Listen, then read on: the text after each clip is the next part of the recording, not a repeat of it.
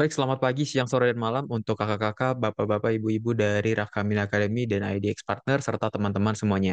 Pada kesempatan kali ini, saya Raon Berek akan mempresentasikan hasil dari internship final project saya yang berjudul Develop Credit Risk Prediction Model Using Machine Learning at IDX Partner sebagai Data Scientist. Di sini, saya sebagai mahasiswa tingkat akhir, mahasiswa Prodi Sistem Informasi dari kampus ITHB, Institut Teknologi Harapan Bangsa, dan juga sebagai junior data scientist. Di sini saya memiliki kemampuan public speaking dan analytical thinking yang kuat, yang mana saya latih melalui mengkoordinasikan banyak proyek dan juga event-event di kampus, dan juga bekerja gitu dalam mengerjakan proyek-proyek data analisis dan juga mengembangkan aplikasi menggunakan Java, SQL, dan Python. Di sini employment objektif saya itu berkarir ya di bidang sistem informasi secara spesifik di bidang data analisis yang mengoptimalkan strong analytical skills as well as public speaking, juga SQL, Python-based programming skill. Nah, di sini ada course and certification yang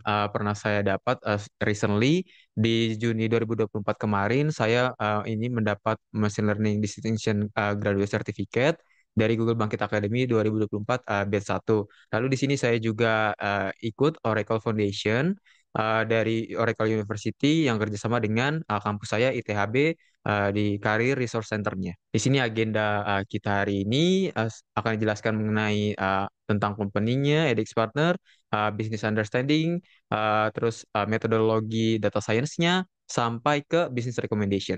Nah, di sini IDX Partner ini adalah perusahaan consulting yang sudah berdiri dari tahun 2002 dan telah melayani berbagai perusahaan di Asia dan Australia di berbagai sektor industri, terutama itu di bidang layanan keuangan, telekomunikasi, manufaktur, dan retail. Nah, di sini memberikan layanan konsultasinya pada pemanfaatan solusi data analytics dan decisioning disebut DAD yang dikombinasikan dengan manajemen risiko serta strategi pemasaran yang terintegrasi guna membantu klien meningkatkan profitabilitas portofolio serta efisiensi proses bisnis mereka. Dari sini pendekatannya itu secara menyeluruh ya dan solusi teknologi yang lengkap menjadi one stop service provider. Nah, di sini ada link-link yang bisa diakses terkait proyek ini. Kita akan masuk ke business understanding. Nah, pertama kita mulai dari latar belakang dari proyek ini. Nah, pertama kita harus tahu dulu nih, ini kan proyek tentang kredit. Kredit itu apa sih? Kredit itu adalah salah satu layanan keuangan utama yang diberikan oleh lembaga keuangan, perusahaan keuangan gitu misalnya. Nah, dalam pemberian kredit, kan kita meminjamkan uang nih ke peminjam gitu. Nah, berarti kita harus tahu nih apakah peminjamnya ini mampu nggak nih untuk balikin pinjamannya. Nah, itu disebut dengan resiko kreditnya. Itu akan kita ukur gitu, credit risk, yang mana merupakan kemungkinan peminjam ini gagal atau tidak nih dalam membayar pinjamannya yang sangat berdampak pada stabilitas finansial pemberi pinjaman, yaitu kita sebagai lembaga keuangan. Nah, penggunaan machine learning itu dalam memprediksi uh, risiko kredit itu dapat membantu meningkatkan akurasi penilaiannya, kelayakan apakah orang ini layak dipinjamin atau enggak nih, dan mengurangi tingkat kredit yang bermasalah. Nah, dataset yang digunakan dalam proyek ini itu berisikan informasi mengenai pinjaman seperti jumlah pinjaman, lama tenor, dan seterusnya kepemilikan rumah. Lalu di sini ada fitur yang utama yang meliputinya ada variabel numerik dan kategorikal yang mempengaruhi resiko dari kredit peminjam tersebut. Lalu di sini ada problem statement-nya yang ada 3 poin ya. Yang pertama itu tingkat keakuratan rendah dalam menilai risiko kredit. Jadi metode penilaian risiko kredit yang sebelumnya itu belum optimal. Nah, di sini proyek ini ingin mengoptimalkannya gitu dengan menggunakan machine learning model klasifikasi. Nah, kalau misalnya belum optimal itu berarti menyebabkan kesulitan dalam mengidentifikasi peminjam yang berisiko tinggi dan rendah gitu. Nanti akan diklasifikasikan menjadi kredit ya kredit risk yang good atau bad gitu. Potensi kerugian yang tinggi akibat kredit macet. Jadi kesalahan dalam menilai risiko kredit itu dapat mengakibatkan ya peningkatan kreditnya macet itu apa namanya bayarnya itu telat-telat gitu dan kerugian finansial bagi perusahaan. Lalu kesulitan dalam mengoptimalkan keputusan bisnis, pengambilan keputusan, kurangnya informasi yang akurat tentang mana peminjam yang memiliki resiko kredit yang good, resiko kredit yang bad itu dapat menghambat pengambilan keputusan bisnis yang optimal. Lalu di sini project objektif ada 3 juga. Masing-masing poin ini menjawab satu problem statement tadi. Untuk yang poin pertama ini adalah mengembangkan model machine learning untuk prediksi resiko kredit yang akurat, yang mana ini model klasifikasi ya yang dapat memprediksi ke dalam dua kategori itu antara good atau bad dengan akurasi yang lebih tinggi dari metode-metode yang ada. Lalu mengurangi potensi kerugian akibat kredit yang macet, yaitu dengan mengidentifikasikan tadi peminjam yang berisiko tinggi dan rendah, memberikan informasi yang akurat untuk pengambilan keputusan bisnis. Lalu kita akan masuk ke data understanding. Nah, pertama kita harus pahami dulu basic understanding-nya, yang mana di sini kita datasetnya yang didapat itu ekstensinya adalah CSV, yang mana dataset ini berisikan data pinjaman dari tahun 2007 sampai 2014. Isinya ada profil peminjam, jumlah pinjamannya, installmentnya, termnya itu berapa bulan gitu, 36 bulan, 60 bulan, dan seterusnya. Lalu di sini terdapat juga 75 kolom ya, dan juga 466.000 sekian baris data dengan masing-masing tipe datanya itu memiliki kolomnya sebagai berikut. Terlihat juga belum terdapat kolom target atau labelnya, maka akan dibuatkan nanti. Nah, di sini juga ada banyak kolomnya yang tidak relevan, kayak misalnya anemet ini adalah hanyalah indeks saja, jadi nanti bisa dihapus itu. Oke, selanjutnya kita masuk ke bagian mengecek apakah ada missing value. Ternyata terdapat ada 20 kolom nih yang memiliki persentase missing value-nya itu lebih dari sama dengan 50%, dan 17 di antaranya itu adalah sama sekali tidak memiliki data di dalamnya, 100% missing value. Nah, ini akan di drop nanti. Lalu terlihat juga kolom targetnya itu belum ada, nah, maka akan dibuat. Lalu di sini untuk sisa kolom yang memiliki missing value kurang dari 50% akan dihandle dengan median value atau di drop ketika persentase missingnya itu relatif sedikit. Lalu di sini untuk duplicate value-nya ternyata setelah dicek tidak ada, jadi tidak perlu di-handle. Lalu di sini kita akan melakukan data preparation ya, pembersihan dan melakukan pemrosesan data. Nah, di sini untuk kita pertama buat dulu kolom targetnya, dibuatlah kolom credit risk ya untuk menampung good or bad. Kalau misalnya good berarti kemungkinannya tinggi lancar untuk melunasi pinjamannya. Kalau misalnya bad itu kemungkinan rendah lancar untuk melunasi alias itu dia bakal telat bayar. Lalu di sini akan dibuat berdasarkan status peminjam dari kolom lawan status. Setelah dibuat, distribusi jumlah data yang good itu ternyata lebih banyak daripada yang bad. Ada jomplang data gitu. Jadi nanti kita perlu bersihkan lagi. Oke, lalu di sini kita akan melakukan removing irrelevant features, kolom-kolom yang tidak relevan untuk dianalisis maupun digunakan oleh model machine learning-nya. Itu akan di-drop ya. Nah, di sini ada banyak, mulai dari enemy tadi, hanya indeks, dan seterusnya sampai lawan status. Nah, lawan status ini kan tadi digunakan ya untuk menentukan kolom target. Nah, kalau setelah digunakan itu dia udah nggak ada gunanya lagi, jadi bisa kita hapus, sehingga menghindari gitu korelasi yang nantinya akan sangat tinggi dengan kolom credit risk ketika kita analisis.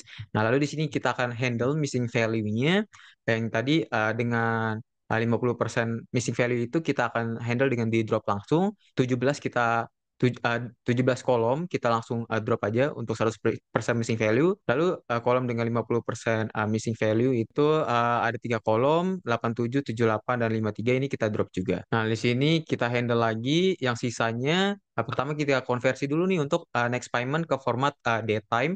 Lalu mengisi nilai missingnya dengan median. Lalu di sini untuk kita isi juga kolom-kolom sisanya yang ada dari 15 sampai 49% ini dengan median. Lalu kita akan menghapus sisa baris data yang memiliki missing value itu 5%. Lalu di sini kita lakukan juga mengubah tipe data ya dari kolom-kolom yang menyimpan data tanggal menjadi datetime gitu, sehingga nanti bisa kita analisis lebih lanjut di tahap EDA. Lalu kita juga di sini mengonversi data kategorikal yang kolom term ini menjadi numerik. Misalnya tulisan 36 mons menjadi angka 36 dan seterusnya seperti itu. Nah, kita akan masuk ke materi data analisis, mengungkap pola dan wawasan dari data. Nah, sekarang kita akan cek untuk distribusi data kategorikalnya ya. Pertama di sini terlihat di gambar sebelah kiri atas ini, untuk credit risk-nya itu good itu lebih banyak ya daripada bad. Kita lihat di pie chart-nya di sini 89% data kita itu adalah data good, sedangkan 11% sisanya ini adalah bad. Nanti kita akan perbaiki ya dengan teknik oversampling untuk memperbanyak data bad-nya ini sehingga menyamai jumlahnya dengan data good ini, sehingga nanti meningkatkan kualitas model. Lalu kita lihat juga di sini distribusi grade pinjamannya. Terlihat di sini untuk grade B, C, D ini mendominasi ya, yang mana menunjukkan portofolio dengan kreditnya itu cukup baik, tapi belum optimal seperti grade A gini. Nah, lalu di sini ada perhatian khusus juga yang diperlukan. Terdapat sekitar 50.000 peminjam berisiko tinggi ya kalau kita jumlah-jumlahin ini, yang mana EFG yang butuh pemantauan intensif. Nah, selanjutnya di sini kita cek untuk distribusi data numeriknya ya. Di sini kita lihat distribusi jumlah pinjaman berdasarkan range jumlah pinjamannya. Distribusinya terlihat ini bersifat range skew, yang mana mengindikasikan konsentrasi datanya itu pada jumlah pinjaman kecil hingga sedang ya, dari 0 sampai 15.000 ini, dengan sebagian kecil peminjam itu mengambil pinjaman dalam jumlah besar. Nah, jadi jumlah pinjaman itu menurun secara signifikan seiring meningkatnya nilai pinjaman, yang mana itu di atas 20.000 ya, menandakan jumlah besar itu lebih jarang diajukan. Nah, kita bisa fokuskan untuk evaluasi resiko lebih ketat pada pinjaman yang lebih dari 20.000, karena walaupun jumlahnya ini sedikit gitu, tapi nilai kerugian itu jauh lebih besar jika terjadi gagal bayar. Selanjutnya di sini kita cek untuk korelasi antar variabel numeriknya, yang mana kalau warna selnya itu semakin lama semakin merah, menandakan semakin berkorelasi. Dan juga di sini kita tidak menganalisis, jadi kita tidak perhitungkan untuk yang sel-sel warna merah yang membentuk gambar garis diagonal ini, karena itu hanyalah korelasi antara satu variabel dengan variabel itu sendiri, dirinya sendiri. Jadi itu tidak perhitungkan. Nah, di sini terlihat beberapa kolom itu memiliki korelasi yang sangat tinggi dengan kolom lainnya, yang mana lebih dari sama dengan 0,8. Kita pakai thresholdnya, itu artinya berkorelasi sangat tinggi kalau misalnya lebih dari sama dengan 0,8. Seperti contohnya loan amount dengan funded amount, itu korelasinya satu, dan seterusnya. Nah, itu berarti perlu di drop salah satu kolomnya, karena informasi yang dikandung itu artinya sangat mirip atau hampir identik, yang artinya sehingga bisa menimbulkan redundansi gitu dalam analisa atau model prediktif, menjadi overfitting. Jadi nanti akan kita drop di data prep 2. Nah, di sini kita cek juga untuk tren jumlah pinjaman berdasarkan waktunya ya, dari 2007 sampai 2014. Nah, di sini untuk jumlah pinjamannya itu tumbuh perlahan ya, di sini dari tahun 2007 sampai pertengahan 2012. Nah, ini menunjukkan adanya fase adopsi awal dari platform pinjamannya ini. Nah, terjadi lonjakan tajam nih dari tahun 2013 sampai terutama 2014, mencerminkan adanya ekspansi besar-besaran atau kepercayaan pengguna itu semakin meningkat terkait jasa peminjaman kita ini.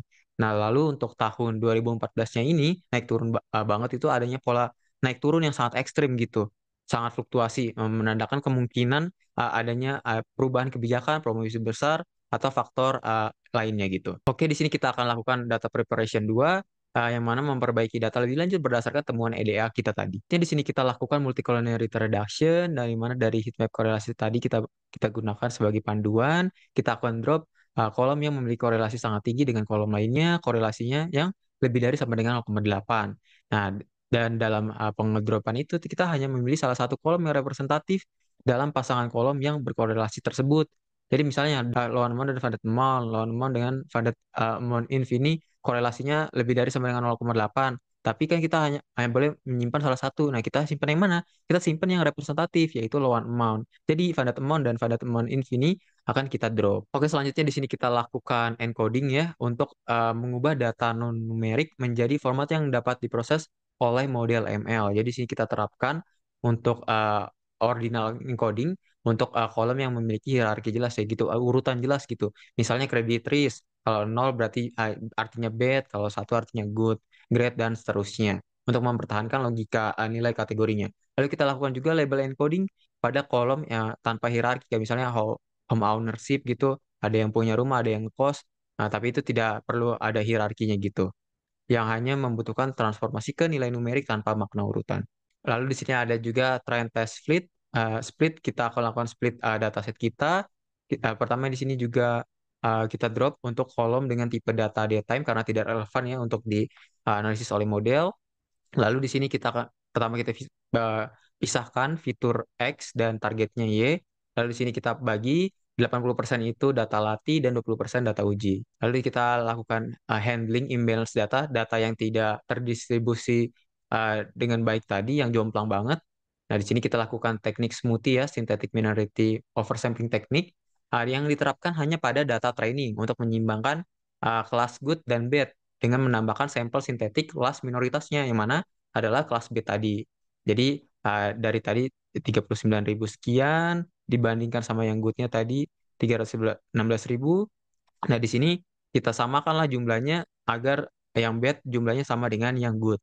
Sehingga bisa membantu modelnya menganalisis kualitasnya lebih bagus gitu.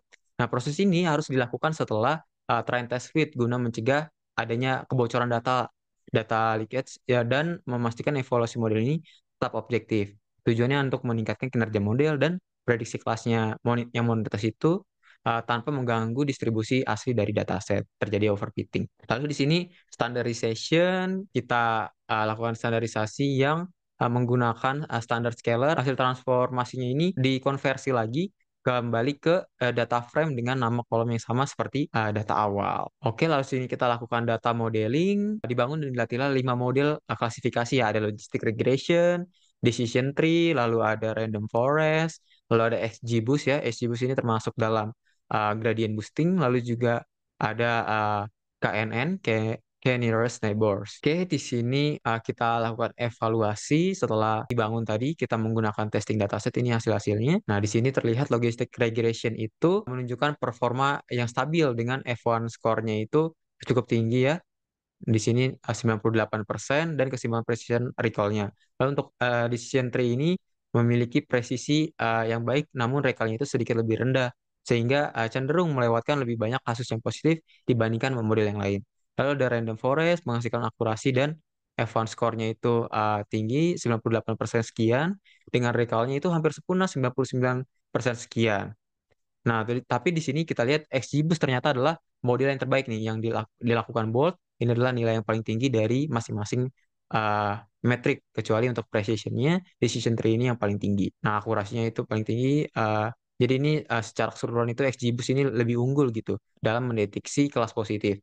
Nah, terlihat ini yang paling buruk adalah model KNN ya, yang memiliki performa rendah di semua metriknya ini, sehingga kurang direkomendasikan untuk kita gunakan. Nah, kesimpulannya dari 5 model klasifikasi yang udah kita bangun, kita latih, kita evaluasi tadi, nah kita jadi yang direkomendasikan untuk digunakan adalah XGBoost karena XGBoost menunjukkan performa yang terbaik, performa tertinggi cukup secara keseluruhan gitu dari masing-masing metriknya gitu. Nah, ini menunjukkan akurasi yang tinggi serta tingkat kesalahan klasifikasi yang paling rendah kalau misalnya kita terapkan nanti dibandingkan model lainnya. Oleh karena itu, XGBoost ini direkomendasikan sebagai model yang paling optimal untuk digunakan dalam memprediksi risiko kredit kita. Nah, di sini ada business recommendation-nya setelah model ini selesai dikembangkan, sudah dibuat, ini bisa langsung diterapkan ya untuk proses bisnis terkait untuk memprediksi risiko kredit karena memiliki akurasi dan effort score tertinggi gitu dari model lain.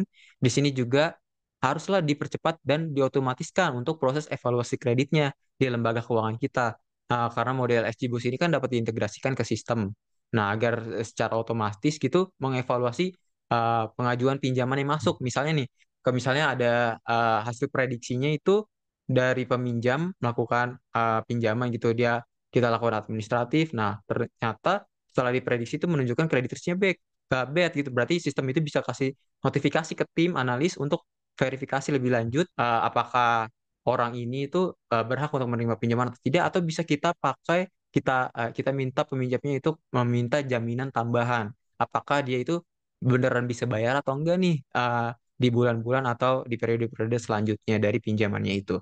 Di sini ada kembangkan juga strategi mitigasi resiko berdasarkan data historis. Jadi kan kita tadi udah dapat nih data setnya yang udah kita klasifikasikan. Nah, itu data setnya itu bisa kita analisis lebih lanjut bersama dengan data-data baru dari hasil model kita yang memprediksi yang udah kita terapkan tadi. Jadi data lama ditambah data baru itu bisa kita analisis untuk mengembangkan strategi mitigasi. Misalnya, menolak otomatis pengajuan dari peminjam yang berprofil bad gitu serupa dengan catatan gagal bayar misalnya, atau menyesuaikan bunga pinjamannya. Bunganya dinaikin kalau misalnya dia resikonya ya agak menuju bad gitu. Oke, terima kasih telah menyimak presentasi ini. Kalau misalnya ada pertanyaan, diskusi, atau kolaborasi lebih lanjut, jangan ragu untuk menghubungi saya melalui kontak-kontak saya di bawah ini. Sekian dari saya, kurang lebih mohon maaf, saya ucapkan terima kasih.